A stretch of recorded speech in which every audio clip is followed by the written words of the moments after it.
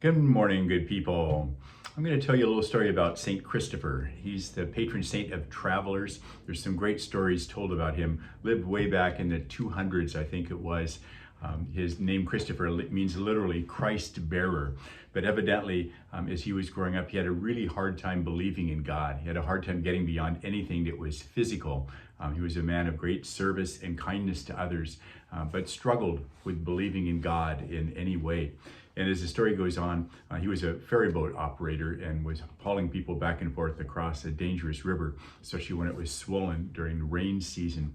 And once a child fell off the ferry, and supposedly he dove in for the child. And as he pulled the child out of the water and got it to shore, he saw the face of God in the child. Beautiful story about caring for people, even if you don't believe in God.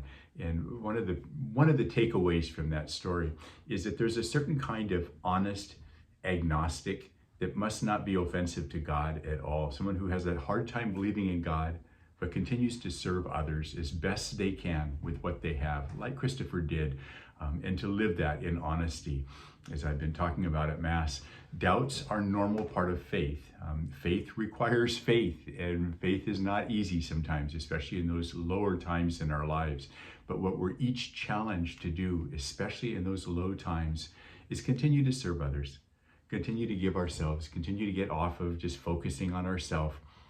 And what I want to add to that is continue to eat faith food, namely the Eucharist and the Mass. It's so important for us to keep our faith alive and strong.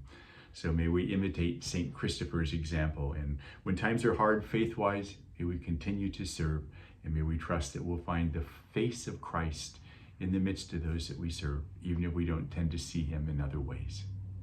God bless you.